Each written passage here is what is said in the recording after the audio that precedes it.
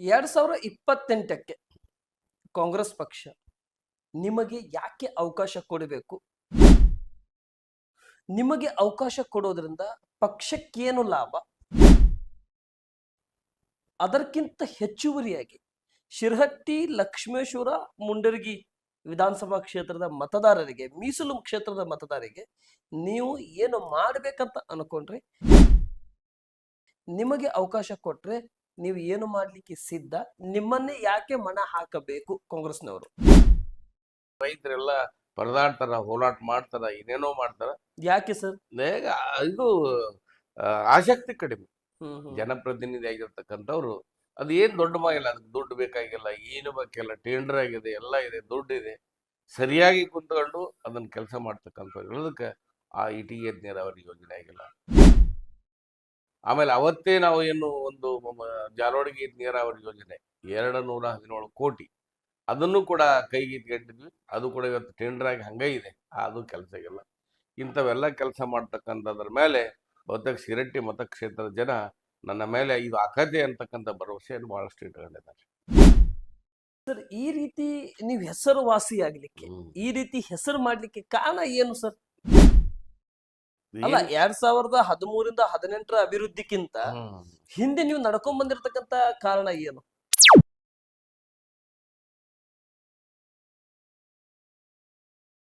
Hi, hello, ನಮಸ್ಕಾರ ವೀಕ್ಷಕರೇ.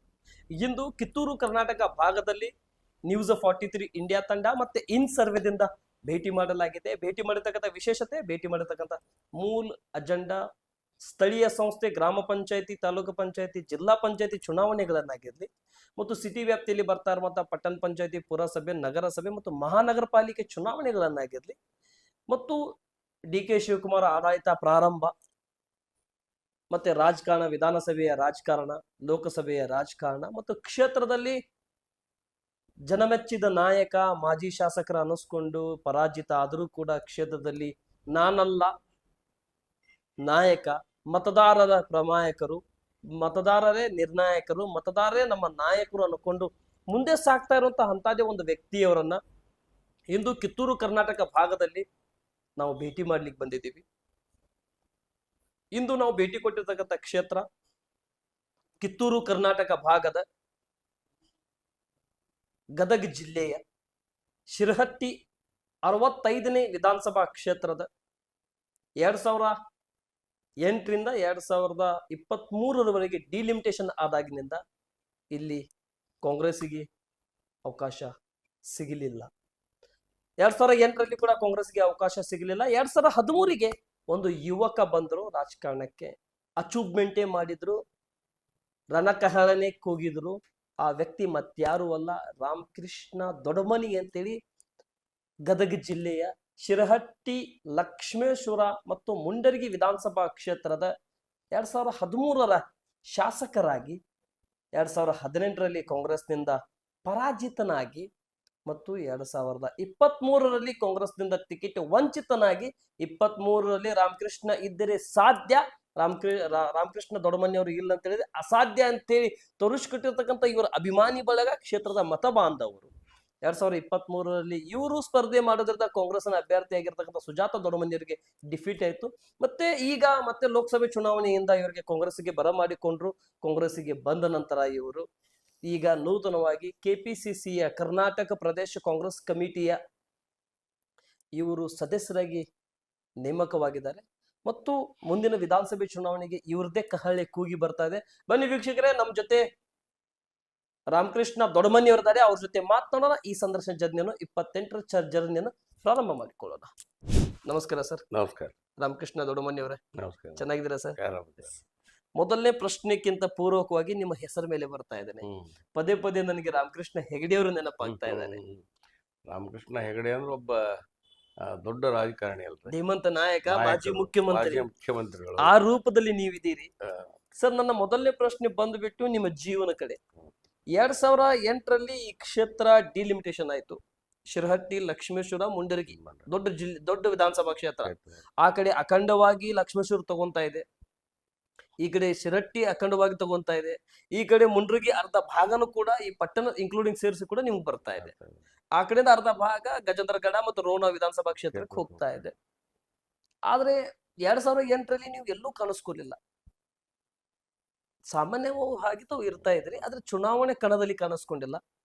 2013ರಲ್ಲಿ suddenly entry ಕೊಟ್ರಿ, ವಿಜಯ ಪತಾಕಿಯನ್ನ ಹಾರಿಸಿದ್ರಿ.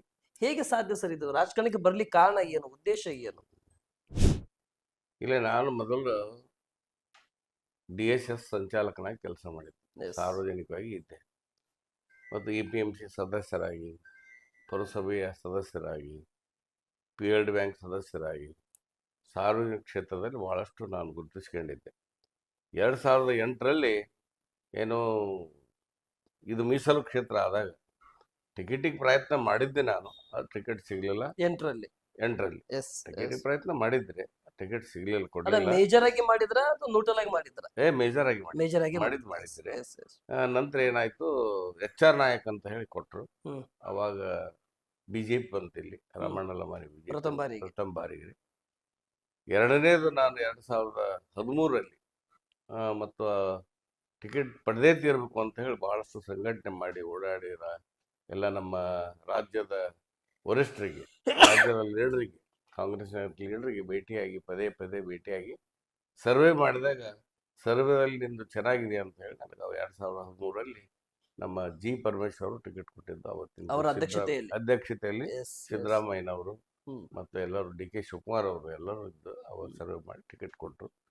ಭಾಳ ಕಡಿಮೆ ಓಟ್ನಿಂದ ಆರಿಸಿ ಬಂದೆ. ಅವಾಗಾದ್ರೂ ಅವಾಗ ತ್ರಿಕೋನ ಸ್ಪರ್ಧೆಯಾಗಿ KJP, BJP ಮತ್ತು BSR ಪಕ್ಷ ಎಲ್ಲ ನಿಂತ್ಕೊಂಡ ಮೇಲೆ ನಾನು ಅತ್ಯಂತ ಕಡಿಮೆ ಓಟ್ನಲ್ಲಿ ಶಾಸಕನಾಗಿ 5 ವರ್ಷಗಳ ಕಾಲ ಶಿರಟ್ಟಿ ಮತಕ್ಷೇತ್ರದ ಬಹಳಷ್ಟು ಕೆಲಸಗಳನ್ನು ಮಾಡಿದ ಹೆಮ್ಮೆ ಇವತ್ತು ನಮಗಿದೆ. ಮತ್ತು ವಿಶೇಷವಾಗಿ ಚೆಕ್ ಡ್ಯಾಮ್ಗಳನ್ನು, ರೈತರ ಪರವಾಗಿರ್ತಕ್ಕಂಥ ಚೆಕ್ ಡ್ಯಾಮ್ಗಳನ್ನು, ಜಾಸ್ತಿ ಚೆಕ್ ಡ್ಯಾಮ್ಗಳನ್ನು ಮಾಡಿ ಅಂತರ್ಜಲ ಹೆಚ್ಚಾಗೋದಕ್ಕೆ ರೈತರಿಗೆ ಎಲ್ಲ ಮಾಡಿಕೊಟ್ಟಿರ್ತಕ್ಕಂಥದ್ದು ಇವತ್ತು ರೈತರು ಯಾರು ಮರೆಯೋ ಹಾಗಿಲ್ಲ ಅಂತಕ್ಕಂಥದ್ದು ಪೂರ್ತಿ ಕ್ಷೇತ್ರದಲ್ಲಿದೆ. ಸರಿ ಸರ್, 2013ರಿಂದ 2018ರವರೆಗೆ ಸಿದ್ದರಾಮಯ್ಯ ಸರ್ಕಾರ ಇತ್ತು. ಹೌದು, ನಿಮ್ಮ ಲಕ್ಕು. ಹೌದು. ಅವಾಗ ಸಿದ್ದರಾಮಯ್ಯ ಶಾಸಕರಿದ್ದಾಗ ನೀವು ಸಿದ್ದರಾಮಯ್ಯ ಮುಖ್ಯಮಂತ್ರಿ ಕ್ಯಾಬಿನೆಟ್ ನಲ್ಲಿ ತಾವು ಶಾಸಕರ ಕೆಲಸ ಮಾಡಿರಿ. ಕೆಲಸ ಮಾಡತಕ್ಕಂಥ ಸಂದರ್ಭದಲ್ಲಿ ಯಾವ್ಯಾವ ರೀತಿ ಉತ್ತಮವಾದಂತ ಅಭಿವೃದ್ಧಿಯನ್ನು ತರೋದ್ರಲ್ಲಿ ಪಾತ್ರ ವಹಿಸಿದ್ರಿ? 18ರಲ್ಲಿ ಆ ಪಾತ್ರ ನಿಮ್ಗೆ ಯಾಕೆ ಮೈನಸ್ ಆಯ್ತು? 2013ರಲ್ಲಿ ನಾನು ಆರಿಸಿ ಬಂದಾಗ ನನಗೆ ಓಟ್ ಬಿದ್ದಿರ್ತಕ್ಕಂಥದ್ದು 44,000 ಓಟ್. ನಾನು 2019ರಲ್ಲಿ ಏನು ಸೋತೆ, 18ರಲ್ಲಿ ಸೋತಂತ ಟೈಮ್ನಲ್ಲಿ 61,000 ಓಟ್ ಬಿದ್ದಿತ್ತು. ಓಟು ಮೊದಲಿಗಿಂತ ಕಡಿಮೆ ಏನಾಗಲಿಲ್ಲ, 20,000 ಹೆಚ್ಚಿಗೆ ಆಯ್ತು. ಆದ್ರೂ ಸೋಲನ್ನು ಅನುಭವಿಸಿದೆ. ನೇರ ಸ್ಪರ್ಧೆ. ಯಾಕೆ? ಅದು ನೇರ ಸ್ಪರ್ಧೆ ಆದ್ಮೇಲೆ ಬಹುತೇಕ ಈ ನಮ್ಮ ಶಿರಟ್ಟಿ ಮತಕ್ಷೇತ್ರದಾಗ ಕಾಂಗ್ರೆಸ್ಗೆ ಆ ರೀತಿ ಆಗಿದ್ದನು ಇತಿಹಾಸ ಹಿನ್ನಡೆ ಆಗತ್ರಿ. ಆದ್ರೂ ಅಷ್ಟು ಓಟ್ ತಗೊಂಡು ಸೋತ್ಮೇಲೆ ಜನಪ್ರಿಯತೆ ಏನು ಕಡಿಮೆ ಆಗಿರಲಿಲ್ಲ. ಬಹಳಷ್ಟು ಕೆಲಸ ಮಾಡಿರ್ತಕ್ಕಂಥದ್ದು ಶಿರಟ್ಟಿ ಮತಕ್ಷೇತ್ರದಲ್ಲಿ, ವಿಶೇಷವಾಗಿ ಚೆಕ್ ಡ್ಯಾಮ್ಗಳನ್ನು ಮಾಡೋದು, ರಸ್ತೆ ಸುಧಾರಣೆ ಮಾಡಿರ್ತಕ್ಕಂಥದ್ದು, ಆಶ್ರಯ ಮನೆಗೆ ಭೂಮಿಯನ್ನು ಖರೀದಿ ಮಾಡಿರ್ತಕ್ಕಂಥದ್ದು, ನಿವೇಶನ ಹಂಚತಕ್ಕಂಥದ್ದು, ನಿವೇಶನ ಕೊಟ್ಟಿರ್ತಕ್ಕಂಥದ್ದು, ಆಮೇಲೆ ಬ್ರಿಡ್ಜ್ಗಳನ್ನು ಮಾಡಿರ್ತಕ್ಕಂಥದ್ದು, ಇವೆಲ್ಲ ಬಹಳಷ್ಟು ಕೆಲಸಗಳನ್ನ ಎಷ್ಟು ಮಾಡಿದ ಕೆಲಸ ಅಂದ್ರೆ ಸಿದ್ದರಾಮಯ್ಯನವರೇ ಲಕ್ಷ್ಮೇಶ್ವರಕ್ಕೆ ಬಂದಂಥ ಸಂದರ್ಭದಲ್ಲಿ 3,450 ಕೋಟಿ ಈ ಕ್ಷೇತ್ರಕ್ಕೆ ತಂದಿರತಕ್ಕಂಥ ಒಟ್ಟಾರೆ ದುಡ್ಡು. ಇಷ್ಟು ದುಡ್ಡು ಹೆಂಗೆ ತಂದಿ ಅಂತಕ್ಕಂಥದ್ದು ಅವರೇ ಪ್ರಶ್ನೆ ಮಾಡಿರ್ತಕ್ಕಂಥದ್ದು. ಅಷ್ಟೊಂದು ಅಭಿವೃದ್ಧಿ ಮಾಡಿದ್ವಿ. ಮತ್ತು ಸಿದ್ದರಾಮಯ್ಯನವರು ಏನು ಮುಖ್ಯಮಂತ್ರಿ ಇದ್ದಂಥ 13ರಿಂದ 18ರವರೆಗೆ ಅದೊಂದು ಗೋಲ್ಡನ್ ಯುಗ. ಹುಟ್ಟಿದ್ದೆಲ್ಲ ಬಂಗಾರ. ಅಷ್ಟು ಏನೇ ಪ್ರಯತ್ನ ಮಾಡಿ ನಾವು ತರೋದು ಪ್ರಯತ್ನ ಎಷ್ಟು ಮಾಡ್ತೀವಿ ನಮ್ಮ ಮೇಲೆ ಡಿಪೆಂಡ್ ಇತ್ತು. ಹೀಗಾಗಿ ಸರ್ಕಾರದಾಗ ಯಾವುದೇ ರೀತಿಯ ಹಣಕಾಸಿನ ಕೊರತೆ ಇರಲಿಲ್ಲ. ಹೀಗಾಗಿ ಬಹಳಷ್ಟು ನನಗೆ ಸಿದ್ದರಾಮಯ್ಯರು, DK ಶಿವಕುಮಾರ್ ಅವರು ಮತ್ತು ನಮ್ಮ G. ಪರಮೇಶ್ವರ್ ಅವರು, ನಮ್ಮ ಜಿಲ್ಲಾ ಉಸ್ತುವಾರಿ ಸಚಿವರಾಗಿದ್ದ HK ಪಾಟೀಲ್ರು ಭಾಳ ಸಹಕಾರ ಕೊಟ್ಟು ಅಭಿವೃದ್ಧಿಯನ್ನು ಮಾಡೋದಕ್ಕೆ ಕಾರಣ ಆಯಿತು. 18ರಲ್ಲಿ ಸ್ಪರ್ಧೆ ಮಾಡಿದ್ರಿ, 23ರಲ್ಲಿ ನಿಮ್ಗೆ ಯಾಕೆ ಟಿಕೆಟ್ ಸಿಗ್ಲಿಲ್ಲ ಸರ್? 23ರಲ್ಲಿ ಅದು ಯಾಕೆ ಟಿಕೆಟ್ ತಪ್ಪಿತು ಅನ್ನೋದು ನಮಗೆ ಅಷ್ಟು ಮಟ್ಟಿಗೆ ಏನು ಗೊತ್ತಾಗಲಿಲ್ಲ. ಬಹುತೇಕ ಭಿನ್ನಾಭಿಪ್ರಾಯಗಳು, ಕಾಂಗ್ರೆಸ್ಸಿನಲ್ಲಿರ್ತಕ್ಕಂಥ ಭಿನ್ನಾಭಿಪ್ರಾಯಗಳು ಕಾರಣ ಇದ್ರೂ ಇರ್ಬೋದು. ಒಟ್ಟಾರೆ ಟಿಕೆಟ್ ತಪ್ಪಿದ್ದು ಖರೆ. ಅದು ತಪ್ಪಿದ ಮೇಲೆ ನಿಮಗೆಲ್ಲ ಗೊತ್ತಿದ್ದೈತೆ, ಜನ ಎಲ್ಲ ಹೇಳಿ ಇಂಡಿಪೆಂಡೆಂಟ್ ನಿಂದಿಸ್ಬಿಟ್ರು, ಬಿಡ್ಲಿಲ್ಲ. ನಾವು ನಿಲ್ಲಬಾರ್ದಂತ ಇದ್ರು ಕೂಡ ನಿಲ್ಸಿದ್ರು. ಅವಾಗ ಕೂಡ ಜನಪ್ರಿಯತೆ ಹೆಂಗಿತ್ತು ಅಂದ್ರೆ ನಮ್ಗ 45,000ಕ್ಕಿಂತ ಹೆಚ್ಚು ಓಟ್ ಬಿದ್ದಿರ್ತಕ್ಕಂಥ ನೀವೆಲ್ಲ ನೋಡ್ತಾ ಇದ್ದೀರಿ. ಹೀಗಾಗಿ ಇಡೀ ಕ್ಷೇತ್ರದಲ್ಲಿ ಇವತ್ತಿಗೂ ಕೂಡ ಜನಪ್ರಿಯತೆ ಕುಗ್ಗಿಲ್ಲ. ಶಿರಟ್ಟಿ ಮತಕ್ಷೇತ್ರದ ಜನ ನಮ್ಮ ಮೇಲೆ ಭಾಳ ಭರವಸೆ ಇಟ್ರ. ನಾವು ಜನರ ಮೇಲೆ ನಾವು ಕೂಡ ಅಷ್ಟೇ ಭಕ್ತಿಯನ್ನ ಇದನ್ನ ಭರವಸೆಯನ್ನು ಇಟ್ಟಿರ್ತಕ್ಕಂಥ. ಪಕ್ಷ ತೋರದ್ರಿ, ಹ್ಮ್. ಇಂಡಿಪೆಂಡೆಂಟ್ ಹೋದ್ರಿ, ಹೌದು. ಒಂದು ಸಂದೇಶ ಹೋಯ್ತು ಕೆಪಿಸಿಸಿಗೆ ಮತ್ತು ಎಐಸಿಸಿಗೆ. ರಾಮಕೃಷ್ಣ ದೊಡ್ಡಮನಿ ಇದ್ರೆ ಸಾಧ್ಯ ಶಿರಹಟ್ಟಿಗೆ, ಇಲ್ಲಂದ್ರೆ ಅಸಾಧ್ಯ. ಅಥವಾ ಅವ್ರಿಗೆ ಟಿಕೆಟ್ ಕೊಡ್ಲಿಲ್ಲ ಅಂದ್ರೂ ಕೂಡ ಅವ್ರ ಬೆಂಬಲ ತಗೊಳ್ಳೋದು ಬಹಳ ಉತ್ತಮ ನಮಗೆ ಅಂತೇಳಿ ಒಂದು ಸಂದೇಶವಾಯಿತು. 2024ರ ಲೋಕಸಭೆಯಲ್ಲಿ ತಮಗೆ ಒಳ ಬರ ಮಾಡಿಕೊಂಡ್ರು. ಆ ಸಂದರ್ಭ ಹೋಗ್ಬೇಕಂತಿತ್ತ ಅಥವಾ ಹೋಗ್ಬಾರ್ದು ಅಂತೇಳಿ ಡಿಸೈಡ್ ಮಾಡಿದ್ರ, ಅಥವಾ ಏನಾದ್ರು ಕರೀತಾರಂತ ಕಾಯ್ತಾ ಇದ್ರ? ಈಗ ಒಂದೇದು ನಮಗೆ ಕಾಂಗ್ರೆಸ್ ಬಿಟ್ಟು ಹೋಗೋದಕ್ಕೆ ಮನಸ್ಸಿರ್ಲಿಲ್ಲ. ಕಾಂಗ್ರೆಸ್ನಾಗೆ ಉಳಿಬೇಕಂತ. ಮೂಲ ಕಾಂಗ್ರೆಸ್ಸಿಗೆ? ಹೌದೌದು, ಮೂಲ ಕಾಂಗ್ರೆಸ್ಸಿಗರ ನಾವು ಕಾಂಗ್ರೆಸ್ನಾಗೆ ಇರ್ಬೇಕಂತ ಇತ್ತು. ನಾವು ಇಂಡಿಪೆಂಡೆಂಟ್ ಕೂಡ ನಿಲ್ಲಬಾರ್ದಂತ ಭಾಳ ತೀರ್ಮಾನ ಮಾಡಿದ್ದೆ ನಾನು. ಆದ್ರೆ ಒಟ್ಟಾರೆ ಜನ ಬಿಡ್ಲಿಲ್ಲ.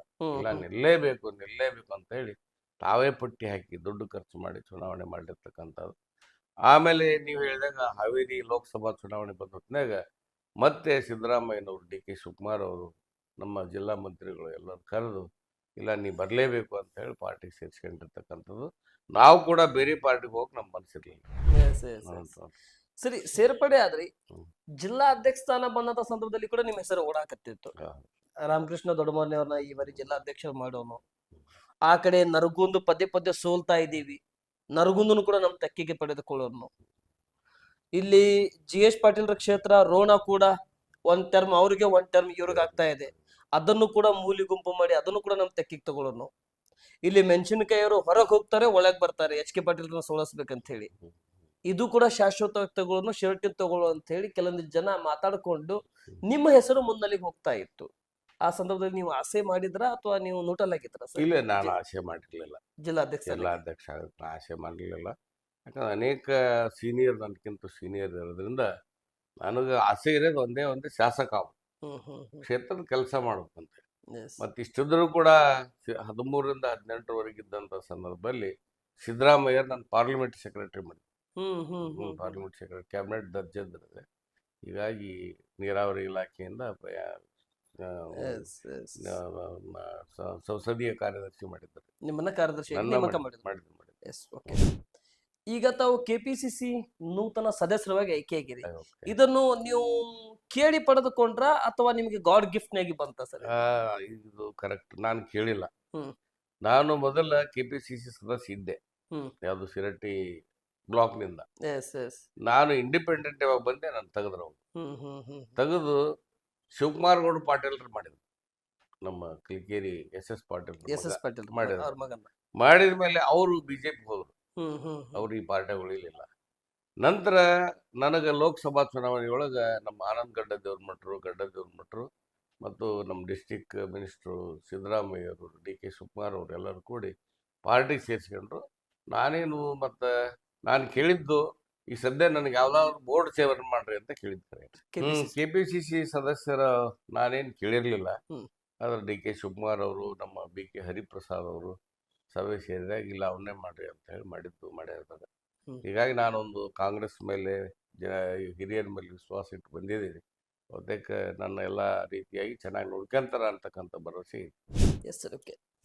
ಈಗ ನಿಮ್ಮ ಪಕ್ಷ ಸಂಘಟನೆ, ಅಭಿಮಾನಿಯವರು ಮತ್ತು ನಿಮ್ಮ ಹಿಂದೆಗಡೆ ಇದ್ದಿರ್ತಕ್ಕಂಥ ಅಪಾರವಾದಂತ ಮತದಾರ ಬೆಂಬಲ, ಹಿಂದೆ ಇದ್ದಿರ್ತಕ್ಕಂಥದ್ದು 2013ರಲ್ಲಿ 45,000 ಮತದಾರರು, ಆಯ್ಕೆ ಆಗ್ಬೇಕಾದ್ರೆ 45, 50, 60 ಮತದಾರರು, 1000 ಮತದಾರರು, ಗೆದ್ದು ಬಂದ್ಮೇಲೆ ಲಕ್ಷ ಪೂರ್ತಿ ಇರುವಂತ ಕ್ಷೇತ್ರನೇ ನಿಮ್ಮ ಮತದಾರರು. ನಂತರ 18ರಲ್ಲಿ 61,000 ಮತದಾರರು ನಿಮ್ಮ ಬೆನ್ನಿಗೆ ನಿಂತಿರ್ತಕ್ಕಂಥವ್ರು. 18ರಲ್ಲಿ 13ರಲ್ಲಿ 45,000, 18ರಲ್ಲಿ 61,000, ಮತ್ತೆ 23ರಲ್ಲಿ 41ರಿಂದ 45,000.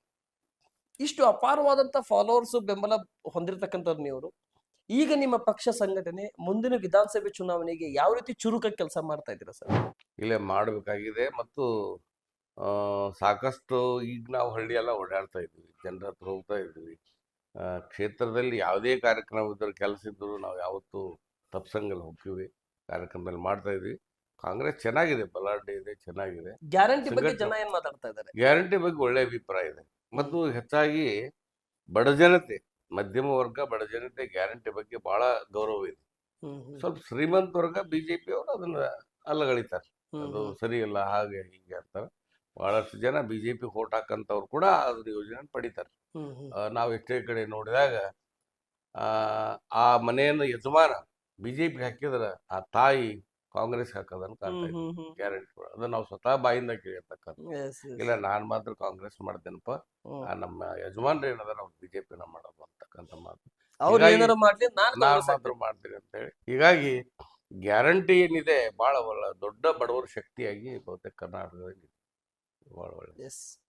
ಸಿದ್ದರಾಮಯ್ಯ ಆಡಳಿತಕ್ಕೂ 3 ವರ್ಷ, ಈಗ ಡಿ ಕೆ ಶಿವಕುಮಾರ್ ಅವರ 2 ವರ್ಷದ ಆಡಳಿತ ಮುಂದುವರಿಯುವುದಕ್ಕೂ, ಮತ್ತೆ ಡಿ ಕೆ ಶಿವಕುಮಾರ್ ಅವರ ಪಕ್ಷ ಸಂಘಟನೆ ಚತುರ, ಕೆಪಿಸಿಸಿ ಅಧ್ಯಕ್ಷ ಇದ್ದಾಗ, ಮತ್ತೆ ಬಿ ಕೆ ಹರಿಪ್ರಸಾದ್ ಅವರ ಯುವ ನಾಯಕತ್ವದಿಂದ ಬಂದಿರತಕ್ಕಂಥವ್ರು ಈಗ ಚಾಣಕ್ಯ, ಮತ್ತೆ ಬಿಜೆಪಿಯಲ್ಲಿ ನರೇಂದ್ರ ಮೋದಿ ಮತ್ತೆ ಅಮಿತ್ ಶಾ ಅವ್ರಿಗೆ ಏನು ಚುನಾವಣಾ ಚಾಣಕ್ಯ ಅಂತಾರೋ ಆ ರೀತಿಯಲ್ಲಿ ಬಿ ಕೆ ಹರಿಪ್ರಸಾದ್ ಅವ್ರನ್ನ ರಣತಂತ್ರ ಹೂಡೋದಲ್ಲಿ ಚಾಣಕ್ಯ ಅಂತೇಳಿ ಕರೀತಾರೆ.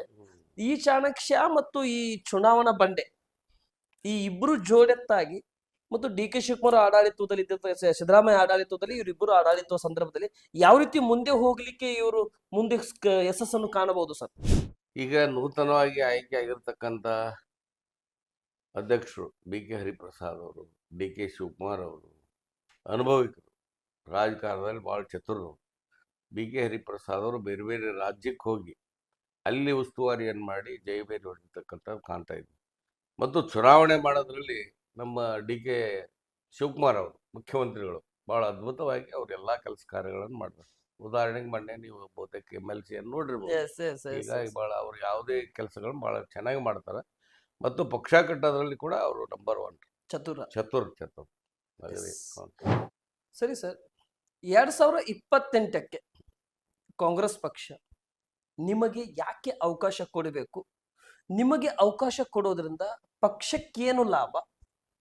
ಅದಕ್ಕಿಂತ ಹೆಚ್ಚುವರಿಯಾಗಿ ಶಿರಹಟ್ಟಿ, ಲಕ್ಷ್ಮೇಶ್ವರ, ಮುಂಡರಗಿ ವಿಧಾನಸಭಾ ಕ್ಷೇತ್ರದ ಮತದಾರರಿಗೆ, ಮೀಸಲು ಕ್ಷೇತ್ರದ ಮತದಾರರಿಗೆ ನೀವು ಏನು ಮಾಡ್ಬೇಕಂತ ಅನ್ಕೊಂಡ್ರೆ, ನಿಮಗೆ ಅವಕಾಶ ಕೊಟ್ರೆ ನೀವು ಏನು ಮಾಡ್ಲಿಕ್ಕೆ ಸಿದ್ಧ? ನಿಮ್ಮನ್ನೇ ಯಾಕೆ ಮನ ಹಾಕಬೇಕು ಕಾಂಗ್ರೆಸ್ನವರು? 2028ಕ್ಕೆ ನನಗೆ ಟಿಕೆಟ್ ಯಾಕೆ ಕೊಡಬೇಕು ಅಂತಕ್ಕಂಥದ್ದು ನಾನು ಹೇಳೋದಾದ ನನ್ನ ವಿಚಾರದಲ್ಲಿ, ನಾನು 2013ರಿಂದ 18ವರೆಗೆ ಮಾಡಿರ್ತಕ್ಕಂಥ ಕೆಲಸ ಪ್ರತಿ ಮತದಾರರ ಮನೆ ಮಾತಾಗಿರ್ತಕ್ಕಂಥದ್ದು. ಎಲ್ಲೇ ಹೋದ್ರು, ಯಾವ ಹಳ್ಳಿಗೆ ಹೋದ್ರು ಕೂಡ ಭಾಳ ಪ್ರೀತಿಯಿಂದ ಕಾಣ್ತಕ್ಕಂಥದ್ದು. ಮತ್ತು ಅವ್ರು ಪ್ರತಿಯೊಬ್ಬರ ರೈತರ, ಕಾರ್ಮಿಕರ ನೋವು ನಲಿಗೆ ಸ್ಪಂದನೆ ಮಾಡಿರ್ತಕ್ಕಂಥ.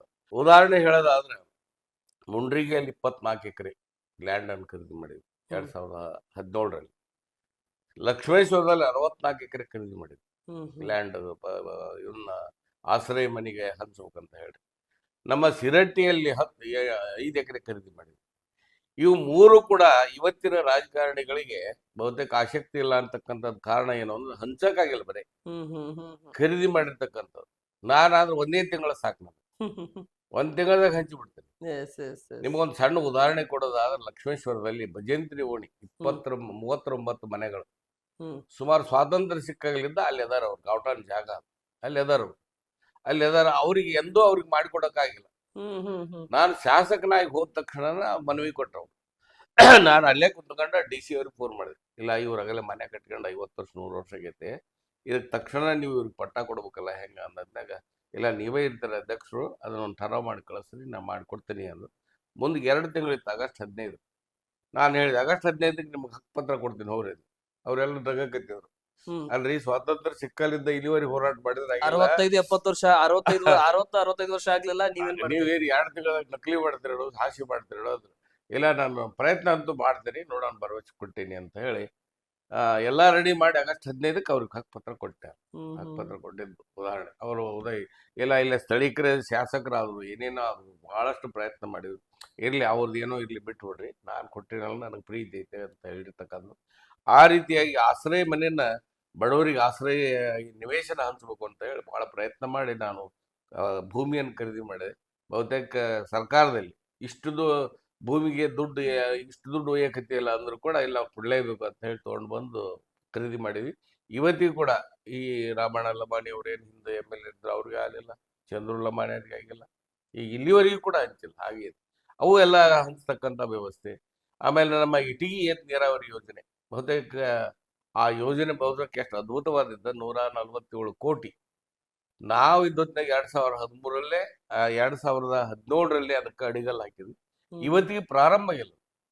17ರಲ್ಲಿ ಅಡಿಗಲ್ ಹಾಕಿದ್ವಿ, ಇನ್ನೂ ಪ್ರಾರಂಭ ಪ್ರಾರಂಭ ಆಗಿಲ್ಲ. 90-95% ಕೆಲಸ ಮುಗಿದಿದೆ.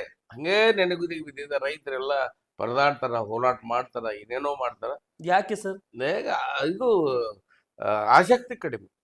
ಜನಪ್ರತಿನಿಧಿ ಆಗಿರ್ತಕ್ಕಂಥವ್ರು ಅದು ಏನ್ ದೊಡ್ಡ ಮಾಗಿಲ್ಲ, ಅದಕ್ಕೆ ದುಡ್ಡು ಬೇಕಾಗಿಲ್ಲ, ಏನು ಬೇಕಿಲ್ಲ, ಟೆಂಡರ್ ಆಗಿದೆ, ಎಲ್ಲ ಇದೆ, ದುಡ್ಡಿದೆ, ಸರಿಯಾಗಿ ಕುಂತ್ಕೊಂಡು ಅದನ್ನ ಕೆಲಸ ಮಾಡ್ತಕ್ಕಂಥವ್ರು ಇರೋದಕ್ಕೆ ಆ ಇಟಗಿ ನೀರಾವರಿ ಯೋಜನೆ ಆಗಿಲ್ಲ.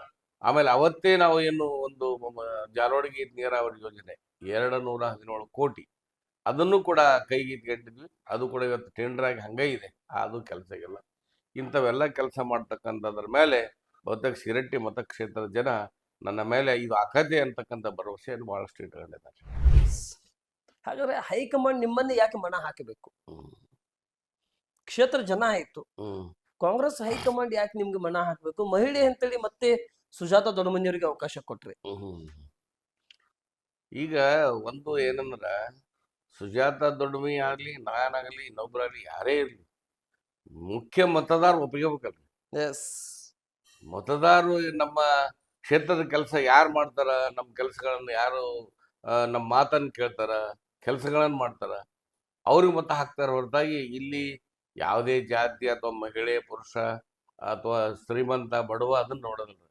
ಸ್ಪಂದನೆ, ಜನಸ್ಪಂದನೆ, ವ್ಯಕ್ತಿ ಯಾರು ನಮಗ್ ಸ್ಪಂದಿಸ್ತಾರ, ಯಾವಾಗ ಹೋದ್ರಿಗೆ ನಾವು ತಮ್ಗೆ ಸಾಧ್ಯದಷ್ಟು ಕೆಲಸ ಮಾಡಿಕೊಡ್ತಾರ ಅಂತಕ್ಕಂಥದ್ದು ಅದು ಬಹುತೇಕ ಶಿರಟ್ಟಿ ಮತಕ್ಷೇತ್ರದಲ್ಲಿ. ಮತ್ತು ಶಿರಟ್ಟಿ ಮತಕ್ಷೇತ್ರದ ಜನ ಭಾಳ ಒಳ್ಳೆ ಜನ, ಭಾಳ ಬೆಸ್ಟ್ ಜನ, ನಂಬಿಗಿಸ್ತರು. ಹಿಂಗಾಗಿ ಅವ್ರು ಯಾವ ನಂಬದವರ ಕೈ ಯಾವತ್ತು ಬಿಡೋದಿಲ್ಲ, ನಂಬಿದವ್ರ ಕೈ ಬಿಡೋದಿಲ್ಲ. ಹೀಗಾಗಿ ನಮ್ಗೆ ಖರೆ ಅಂದ್ರೆ ಇಂಡಿಪೆಂಡೆಂಟ್ 45,000 ಓಟ್ ಬಿದ್ದಿದೆ. ಸರ್, ಈ ರೀತಿ ನೀವು ಹೆಸರುವಾಸಿ ಆಗ್ಲಿಕ್ಕೆ, ಈ ರೀತಿ ಹೆಸರು ಮಾಡ್ಲಿಕ್ಕೆ ಕಾರಣ ಏನು ಸರ್?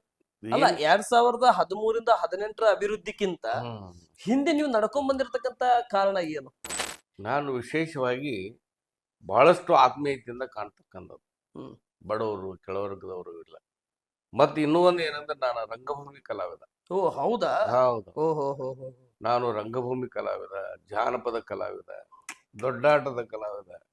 ಹೀಗಾಗಿ ಹಾಗಾದ್ರೆ ಮನೋರಂಜನೆ, ಹಾಸ್ಯ ಮತ್ತು ಗಾಯನ, ಗೀತ ಮತ್ತು ಬಣ್ಣ ಇದರಲ್ಲಿ ವಿಶೇಷವಾಗಿ ನೀವು ಬಹುತೇಕ ನಂಬ್ತಿರೋ ಇಲ್ಲೋ, ನಮ್ಮ ಕ್ಷೇತ್ರದಲ್ಲಿ ಹವ್ಯಾಸಿ ಕಲಾವಿದರ ನಾಟಕಗಳನ್ನ ಆಡೋದು ಭಾಳ. ನಾಟಕಗಳನ್ನ ತಾವೇ ಕೂಡಿ ಎಲ್ಲರೂ ಕೂಡಿ ಕಲ್ತು ಮಧ್ಯರಾತ್ರಿ ನಾಟಕಗಳು, ರಾತ್ರಿ 10:30ಯಿಂದ ಪ್ರಾರಂಭ ಆಗಿ ಬೆಳಿಗ್ಗೆ 5 ಗಂಟೆಗೆ ಮುಗಿತಕ್ಕಂಥ ನಾಟಕ. ಸಾಮಾಜಿಕ ನಾಟಕ, ಪೌರಾಣಿಕ ನಾಟಕ, ಐತಿಹಾಸಿಕ ನಾಟಕ. ಇವ್ರು ಕಂಪನಿಯವರು ಅಲ್ಲ, ಇವರು ಸ್ಥಳೀಯರು. ಅವ್ರು ತಾವೇ ಕಲ್ತು ಆಡ್ತಕ್ಕಂಥದ್ದು. ಒಂದೊಂದ್ ದಿವ್ಸಕ್ಕೆ 2-3 ನಾಟಕ ಇರ್ತಾವ. ನಮಗ ಅವ್ರು ಫೋನ್ ಮಾಡೋದೇನಂದ್ರೆ, ನೀವು ಏನ ಮಾಡ್ರಿ ಬಿಡ್ರಿ, ನಾಟಕ ಉದ್ಘಾಟನೆಗೆ ಬರ್ಬೇಕು. ನಾಟಕ ಉದ್ಘಾಟನೆ ಮಾಡ್ಬೇಕು, ಅಲ್ಲಿ ಒಂದು ಡೈಲಾಗ್ ಹೇಳ್ಬೇಕು, ಇಲ್ಲ ಒಂದು ಹಾಡು ಹೇಳ್ಬೇಕು, ಹೇಳಿ ಬರ್ತಕ್ಕಂಥ. ಇದು ಕೂಡ ಬಹುತೇಕ ನನಗ ಈ ಕಲೆಯಿಂದ ಜನರು ಬಹಳ ಹತ್ರ ಆದ್ವಿ, ಪ್ರೀತಿಯಿಂದ ಜನ ಕಾಣ್ತಾರ. ಇವತ್ತು ಯಾವುದೇ ಗ್ಯಾದರಿಂಗ್ ಹೋಗ್ಲಿ, ಕೆಲ್ಸಕ್ಕೆ ಹೋಗ್ಲಿ, ಯಾವುದೇ ಕಾರ್ಯಕ್ರಮಕ್ಕೆ ಹೋದ್ರು, ನಿನ್ನೆ ಕೂಡ ಇಲ್ಲಿ ಒಂದು ಸಂಗೀತ ಸೌರಭ ಇತ್ತು ಇಲ್ಲೇ. ಅಲ್ಲಿ ಹೋದಂಥ ಸಂದರ್ಭದಲ್ಲಿ ಅವರು ಡೈಲಾಗ್ ಹಾಡು ಹೇಳಿಸಿರ್ತಕ್ಕಂಥದ್ದು. ಅದು ಕೂಡ ನಮಗೆ ಒಟ್ಟಾರೆ ದೇವ್ರು ಕೊಟ್ಟ ವರದಾನ. ಅದು ನಮ್ಮ ಮತದಾರನ ಬಹಳಷ್ಟು ಸೆಳೀತಾ ಇದೆ. ವಿಶೇಷವಾಗಿ ಒಂದು ವೇಳೆ 28ಕ್ಕೆ ನಿಮ್ಗೆ ಅವಕಾಶ ಕೊಟ್ರೆ, ವಿಜಯ ಪತಾಕಿ ನೀವು ಹಾರಿಸಿದ್ರೆ, ಮೊದಲನೆಯ ಧ್ವನಿ, ಮೊದಲನೆಯ ಅಭಿವೃದ್ಧಿ ಯಾವ ವಿಷಯದ ಮೇಲೆ ನಿಮ್ಮ ಒಂದು ಕಾಳಜಿ ಇರಬಹುದು? ಮೊದಲನೇದು, ನಾವು ರೈತರಿಗೆ ನೀರಾವರಿಯನ್ನು ಮಾಡಿದ್ರು. ಎಲ್ಲ ಆಲ್ರೆಡಿ ಇದೆ, ಇನ್ನು ಮಾಡಬೇಕಾಗಿದೆ. ರೈತರಿಗೆ ನೀರಾವರಿ ಮಾಡಿದ್ವು ಅಂದ್ರೆ ರೈತರು ಬದುಕೋದ್ರ ಜೊತೆಗೆ ಎಲ್ಲರೂ ಬದುಕ್ತಾರೆ. ಕಾರ್ಮಿಕರು ಬದುಕ್ತಾರೆ, ಬಿಸಿನೆಸ್ ಹೆಚ್ಚಾಕತ್ತೆ. ಒಂದನೇದು. ಎರಡನೇದು, ನಿವೇಶನಗಳನ್ನ ಹಂಚುಕೈ ಹಾಗೆ ಬಿದ್ದುಬಿಟ್ಟವು ನಿವೇಶನಗಳೆಲ್ಲ. ರೋಡ್ಗಳು ಬಹಳಷ್ಟು ಹಾಳಾಗಿ ಬಿದ್ಬಿಟ್ಟವು, ರೋಡ್ಗಳನ್ನ ಮಾಡ್ತಕ್ಕಂಥದ್ದು. ಆಮೇಲೆ ಶಾಲೆ, ಇವು ಇನ್ನಿಷ್ಟು ಹಾಸ್ಟೆಲ್ಗಳಾಗ್ಬೇಕು ಇಲ್ಲಿ ಶಿಕ್ಷಣದಿಂದ. ವಸತಿ ಶಾಲೆ ವಸತಿ ಶಾಲೆಗಳು ಇನ್ನಿಷ್ಟು ನಾವಿರ್ತಕ್ಕಂಥ ಸಂದರ್ಭದಲ್ಲಿ ವಸತಿ ಶಾಲೆಗಳನ್ನ ಬಹಳಷ್ಟು ತಂದಿವಿ ನಾವು. ಸುಮಾರು ಎಲ್ಲಾ ಕಡೆಗೆ ವಸತಿ ಶಾಲೆಗಳನ್ನ ತಂದ್ವಿ. ನಂತರ ಎರಡನೇದು ಈಗ ಹಾಸ್ಟೆಲ್ ಆದ್ಮೇಲೆ ನಮ್ಮ ಏನು ರೈತರಿಗೆ ಕೂಡ ಹೆಚ್ಚು ಅನುಕೂಲ ಆಗ್ತಕ್ಕಂಥ ನೀರಾವರಿಯನ್ನು ಕೂಡ ಮಾಡುವಂಥದ್ದು ಕೂಡ ಮಾಡ್ಬೇಕು ಅಂತ ಇದ್ದೀನಿ. ಥ್ಯಾಂಕ್ ಯು ಸರ್, ತುಂಬಾ ಧನ್ಯವಾದಗಳು. ಓಕೆ. ಕೊನೆಯದಾಗಿ ಶಿರಹಟ್ಟಿ, ಲಕ್ಷ್ಮೇಶ್ವರ ಮತ್ತೆ ಮುಂಡರಗಿ ವಿಧಾನಸಭಾ ಕ್ಷೇತ್ರದ ಮತದಾರರಿಗೆ ಒಂದು ಸಂದೇಶ ಕೊಡೋದಾದ್ರೆ ಮುಂದಿನ 28ರ ಚುನಾವಣೆ ಪೂರ್ವಕವಾಗಿ ಮತ್ತು ಮುಂಬರ್ತಾ ಇರುವಂತ ವಿಧಾನಸಭೆ ಚುನಾವಣೆಯಲ್ಲಿ ಹೈಕಮಾಂಡ್ಗೆ ಒಂದು ಮನವಿ ಮಾಡಿಕೊಳ್ಳೋದಾದ್ರೆ, ಮನವಿ ಮಾಡಿಕೊಳ್ಳದಂತೆ ನಿಮಗೆ ಕೆಪಿಸಿಸಿ ಸದಸ್ಯ ಸ್ಥಾನ ಸಿಕ್ತು, ಈಗ ಮನವಿ ಮಾಡಿಕೊಂಡ್ರೆ ವಿಧಾನಸಭೆ ಟಿಕೆಟ್ನು ಕೂಡ ಸಿಗಬಹುದು ಅಂತೇಳಿ ನಿಮ್ಮ ಅಭಿಮಾನಿಯವರು ಕೂಡ ಈಗಿನಿಂದ ಚುನಾವಣೆ ಬಂದಿದೆ ಅನ್ನೋಂಥ ರೂಪದಲ್ಲಿ ಕುಣಿದಾಡ್ತಾ ಇದ್ದಾರೆ. ಹೈಕಮಾಂಡಿಗೆ ಮನವಿ, ಕ್ಷೇತ್ರ ಜನತೆಗೆ ಸಂದೇಶ ಕೊಡೋದಾದ್ರೆ ಅದು ಏನು ಕೊಡ್ಲಿಕ್ಕೆ ಇಷ್ಟಪಡ್ತೀರಾ ಸರ್? ಇವತ್ತು ನನಗೆ 2013ರಿಂದ 18ವರೆಗೆ ಶಾಸಕನಿದ್ದು ಇಡೀ ಕ್ಷೇತ್ರದಲ್ಲಿ ಕೆಲಸ ಮಾಡಿ ಜನರ ಪರವಾಗಿರ್ತಕ್ಕಂಥದ್ದನ್ನ ನೋಡಿ ಹೈಕಮಾಂಡ್ ಮತ್ತೊಂದ್ಸರಿ 2028ಕ್ಕೆ ನನ್ನ ಟಿಕೆಟ್ ಕೊಟ್ರ ಖಂಡಿತವಾಗಿಯೂ ನಾನು ಆರಿಸಿ ಬರ್ತೀನಿ ಮತ್ತು ನಮ್ಮ ಕಾಂಗ್ರೆಸ್ಸಿನ ಗೌರವವಂತರದ ಜೊತೆಗೆ ಸಂಪೂರ್ಣವಾಗಿ ಅಭಿವೃದ್ಧಿ ಮಾಡೋದಕ್ಕೆ ಪ್ರಯತ್ನ ಮಾಡ್ತೀನಿ ಅಂತ ಒಂದು ಮಾತನ್ನು ಹೇಳ್ತಾ ಇದ್ದೀನಿ. ಎರಡನೇದು, ನನ್ನ ಮತದಾರರು ಬಹುತೇಕ ನಾನು ಶಾಸಕನಾದ ಮೇಲೆ ಏನಪ್ಪ ಎಲ್ಲೋ ಒಬ್ಬರು ಮುಂಡ್ರಿಗರಾದರು ಅಂತಕ್ಕಂಥ ಮಾತನ್ನು ಆಡಿದ್ರು ಕೊನೆಗೆ ಇಂಥ ಶಾಸಕರು ನಾವು ನೋಡಿಲ್ಲ ಅಂತಕ್ಕಂಥ ಇಟ್ಟಿರ್ತಕ್ಕಂಥ ಪ್ರೀತಿ, ಆ ಏನು ಇಡೀ ಕ್ಷೇತ್ರದ ಮತದಾರ ಏನದಾರೆ ಅವ್ರು ಹೋಟ್ ಹಾಕಿ ನನ್ನ ಏನು ಶಾಸಕರನ್ನಾಗಿ ಮಾಡಿದ್ರು, ಆ ಋಣವನ್ನು ಬಹುತೇಕ ನಾನು 7 ಜನ ಕೂಡ ತೀರ್ಸಕ್ಕಾಗೋದಲ್ಲ. ಮುಂದೆ 2028ಕ್ಕೆ ಮತ್ತೊಮ್ಮೆ ನನ್ನನ್ನು ಆಯ್ಕೆ ಮಾಡಿ ತಂದಿದ್ದೇ ಕರೆ ಆದ್ರೆ ನನ್ನ ಕನಸು ನೀರಾವರಿ ಮಾಡ್ತಕ್ಕಂಥದ್ದು, ಆಶ್ರಯ ಹಂಚ್ತಕ್ಕಂಥದ್ದು, ಇನ್ನೂ ಅನೇಕ ಕೆಲಸಗಳನ್ನು ಮಾಡಿ ತಮ್ಮ ಪ್ರೀತಿಗೆ ನಾನು ಪಾತ್ರರಾಗ್ತೀನಿ. ಖಂಡಿತವಾಗಿಯೂ ಶಿರಟ್ಟಿ ಮತಕ್ಷೇತ್ರದ ಜನ ನನ್ನ ಕೈ ಬಿಡಲ್ಲ ಅಂತಕ್ಕಂಥದ್ದು ಖಂಡಿತವಾಗಿ ಭರವಸೆ ಇದೆ. ಆ ಜನತೆಗೆ ನಾನು ಕೋಟಿ ನಮನಗಳನ್ನು ಸಲ್ಲಿಸ್ತಾ ಇದ್ದೇನೆ. ಥ್ಯಾಂಕ್ ಯು, ತುಂಬಾ ಧನ್ಯವಾದಗಳು. ಇಷ್ಟೊತ್ತಿನವರೆಗೆ ಶಿರಹಟ್ಟಿ, ಲಕ್ಷ್ಮೇಶ್ವರ ಮತ್ತು ಮುಂಡರಗಿ ವಿಧಾನಸಭಾ ಕ್ಷೇತ್ರದ ಮಾಜಿ ಶಾಸಕರಾಗಿರ್ತಕ್ಕಂಥವ್ರು ಮತ್ತೆ ಕೆಪಿಸಿಸಿಯ ನೂತನ ಸದಸ್ಯರಾಗಿರ್ತಕ್ಕಂಥವ್ರು, ಹಿಂದಿನ ಕೆಪಿಸಿಸಿಯ ಮಾಜಿ ಸದಸ್ಯರಾಗಿರ್ತಕ್ಕಂಥವ್ರು ಮತ್ತು ನೂತನ ಕೆಪಿಸಿಸಿ ಅಧ್ಯಕ್ಷ ಜೊತೆ ತಾವು ಸದಸ್ಯರಾಗಿ ಮತ್ತು ಕ್ಷೇತ್ರದ ಅಭಿವೃದ್ಧಿ ಮತ್ತು ಕ್ಷೇತ್ರದ ಸರ್ವಾಂಗೀಣ ಅಭಿವೃದ್ಧಿಯಾಗಿ ಚಾಣಕ್ಷತನೆಯಿಂದ ಕರ್ನಾಟಕ ರಾಜ್ಯದಲ್ಲಿ ಇದ್ದಿರ್ತಕ್ಕಂಥ 224 ವಿಧಾನಸಭಾ ಕ್ಷೇತ್ರದ ಚಾಣಕ್ಷತನ ನಡವಳಿಕೆ ಮೇಲೆ ಬಂಡೆ ಅನ್ನಿಸ್ಕೊಂಡಿರ್ತಕ್ಕಂಥ ಡಿ.ಕೆ. ಶಿವಕುಮಾರ್ ಅವರು ಮತ್ತು ಪಕ್ಷ ಮತ್ತು ಸಂಘಟನೆ ಕಟ್ಟೋದ್ರಲ್ಲಿ ಚತುರ ಅನ್ನಿಸ್ಕೊಂಡಿರ್ತಕ್ಕಂಥ ಬಿ.ಕೆ. ಹರಿಪ್ರಸಾದ್ ಅವ್ರ ಜೊತೆ ನೀವು ಮುಂದೆ ಹೋಗ್ತಾ ಇದ್ದೀರಿ. ಎಲ್ಲೋ ಒಂದು ಕಡೆ ನೀವು ಮಾತನಾಡ್ತಾ ಇರುವಂತ ಮಾತುಗಳನ್ನು, ಎಲ್ಲೋ ಒಂದು ಕಡೆ ನೀವು ಮಾತನಾಡ್ತಾ ಇರುವಂತ ವಿಶ್ವಾಸನ ನೋಡ್ತಾ ಇದ್ರೆ, ಎಲ್ಲೋ ಒಂದು ಕಡೆ ಈಗಿನಿಂದ ನಿಮಗೆ ಟಿಕೆಟಿನ ಭರವಸೆ ಕೊಟ್ಟಿದ್ದಾರೋ ಅಥವಾ ಈಗೇ ನಿಮಗೆ ಬಿಫಾಮ್ ಅನ್ನು ಕೂಡ ಕೊಟ್ಟು ಕಳಿಸಿದಾರೋ ಅನ್ನುವಂಥ ರೂಪದಲ್ಲಿ ನೀವು ಮಾತನಾಡ್ತಾ ಇದ್ರಿ. ಆ ಉತ್ಸಾಹ, ಆ ನಿಮ್ಮ ಚತುರ ಮತ್ತು ಆ ನಿಮ್ಮ ಒಂದು ಕಾಳಜಿ, ವಿಶ್ವಾಸ ಹೀಗೆ ಇರಲಿ. ಕ್ಷೇತ್ರದ ಜನತೆ ಮೇಲೆ ಕಾಳಜಿ, ಹೈಕಮಾಂಡ್ ಮುಂದಗಡೆ ನಿಮ್ಮ ವಿನಂತಿ ಮತ್ತು ಈ ವಿನಂತಿ ಮಾಡಿಕೊಂಡಿರ್ತಕ್ಕಂಥ ಕೆಪಿಸಿಸಿ ಅಂಗಳಕ್ಕೆ ಹೋಗಿ ಮುಟ್ಟುವುದಕ್ಕಿಂತ ಕೆಪಿಸಿಸಿ ನಾಯಕರ ಮನ ಮುಟ್ಟಲಿ ಮತ್ತು ಎಐಸಿಸಿ ಅವರ ಅಂಗಳಕ್ಕೆ ತಲುಪಲಿ ಮತ್ತು ಈ ಸಂದೇಶ ಯಶಸ್ಸನ್ನು ಆಗ್ಲಿ ಅಂತ ಹೇಳ್ತಾ ಸಂದರ್ಶನ ಮುಗಿಸ್ತಾ ಇದ್ದೇನೆ. ನಮಸ್ತೆ. ಜೈ ನಮಸ್ತೆ. Thank you sir.